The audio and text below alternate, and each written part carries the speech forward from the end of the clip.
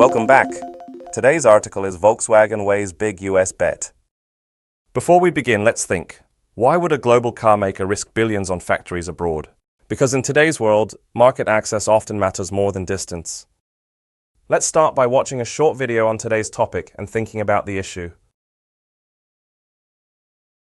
Volkswagen was in advanced talks with the US government over substantial investments in the world's second-largest auto market.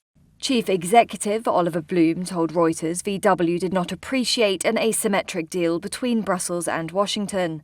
That deal foresees tariffs on EU auto imports of 15% and no tariffs for US industrial goods imports into Europe.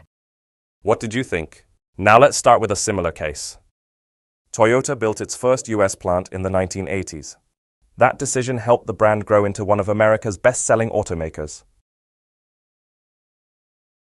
Tesla built a gigafactory in Shanghai, allowing it to avoid tariffs and sell cars more cheaply in China.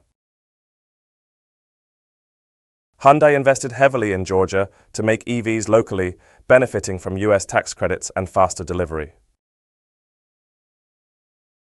BMW's plant in South Carolina became one of its biggest worldwide, proving how early bets can pay off. Volkswagen faces tariffs of 27.5% on imported cars, making local production attractive. Blume said the trade system is asymmetric since Europe charges fewer taxes on US goods. Tax credits and subsidies are pushing automakers to build cars where they sell them. Local factories help offset risks from trade disputes and supply chain disruptions. Volkswagen's decision will depend on how fast trade talks move and how real the promises are. For consumers, more local production could mean cheaper EVs and faster delivery times. Volkswagen's US bet reflects a global trend. Automakers must build close to markets to survive and grow. Now let's study two expressions. One for describing something that happened before another event, and one for showing conditional outcomes. Let's look at two key expressions. Number one is had, past perfect. This phrase is used when reporting past events in sequence. Let's take a look at the examples. In the first example, this shows the meeting ended before she spoke. In the second example, this shows I knew before we spoke.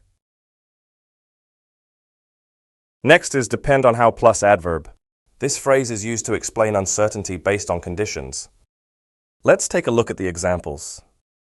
In the first example, this stresses teamwork. In the second example, this shows how weather controls the outcome. Now, let's learn 3 vocabulary items from the article that describe importance, presence, and compensation. The word substantial. This word is used when describing large amounts, major effects, or meaningful changes. In the example, this shows the seriousness of the decision. Footprint. This word is used to describe the size or scope of a company's presence in a region. In the example, this shows expansion in the market. Offset. This word is used when one factor reduces the negative impact of another. In the example, this shows how one action reduces risk. Today we learned about Volkswagen's possible US expansion. It shows how companies balance risks, costs, and opportunities in a global market. See you next time.